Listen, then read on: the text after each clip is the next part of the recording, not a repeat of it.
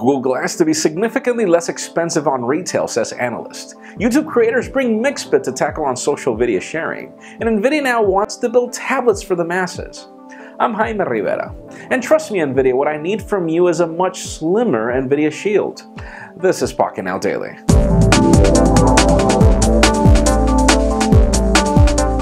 Let's start today off with the product releases. Google Play Music All Access, the biggest name I've ever heard in tech, is now available for more countries than just the United States. Now 9 more countries, including some in Europe, Australia, and others, have now access to the service, and there obviously is a sale for those that register now until September 15th. Now, it just begs to wonder why Google took so long to launch this when iTunes matches everywhere, and just about every other service is, but let's be happy. Now, in an interesting twist, the YouTube creators got some Google venture capital and have now decided to launch this application called Mixbit, which is an iOS application that'll soon reach Android, ironically. And the purpose is to compete against Vine and Instagram video. They'll allow you to film a 16-second small video, and that's pretty much it. Though you can actually stack these videos up and make a 1-hour video, where you can't do that on Instagram or Vine. But still, a lot of us are still debating if this video sharing market does exist. Some of us have tried it on Instagram and it's kind of boring at some point, but still. I mean, these guys created YouTube and some people didn't like it at the beginning, and look what that turned out to be. So NVIDIA has been all about hardware lately, but that's mainly due to the flop of the Tegra 3 processor, which people hated. It did sell, but people hated it. And since people didn't trust the Tegra 4, NVIDIA had to launch their NVIDIA Shield, which is their game controller that we're currently reviewing, and where there are not many games that are compatible for it, and it's just a mixed bag of a product that's really cool, but could be so much better. And so now, they're showcasing the Tegra 5 processor to happen in 2014, and apparently they'll be launching 2 tablets that are going to be high-end gaming tablets that are use this processor in case they can't sell the processor as well. It's cool to have competition, it's cool to see NVIDIA push the bar, but really, that NVIDIA Shield, get some more games or allow not necessarily Tegra Store games to work on that thing. Yes, they do, but they're not compatible with the controller. It's just a mixed thing.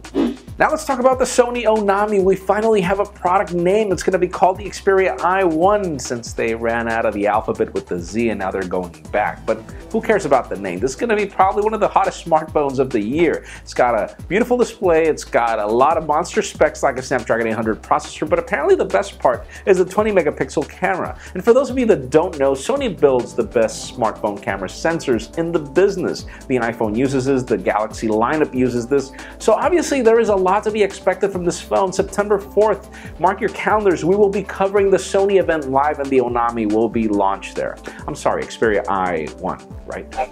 And finally, for the hot news of the day, those of you that were bummed out about the fact that the preview of Google Glass cost $1,500, trust me, you were not as disappointed as the people that actually paid those $1,500. But still, according to analysts, this product will not retail at this amount of money. They made all the numbers on how much this thing will cost, and apparently once they summed out the cost and everything, this product cannot retail for more than $300. And when you think about the fact that the product is good but is still not great enough to cost as much as $1,500, it does make sense. I mean, it can't be cheaper than regular glasses and it can't be more expensive than your smartphone. So that leads me to the question of the day.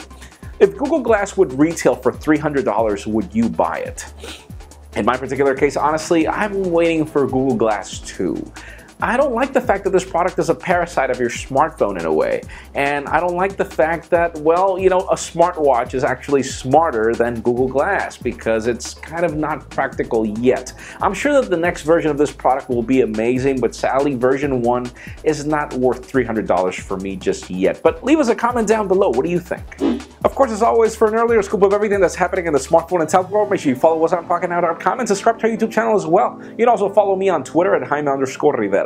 Please give this video a thumbs up if you like what you saw. I am Jaime Rivera. Thank you very much for watching. See you tomorrow. We have a special live hangout happening tomorrow at 10 a.m. Eastern Time because we have a lot of listener mail from the Pocketnow Weekly. So watch us.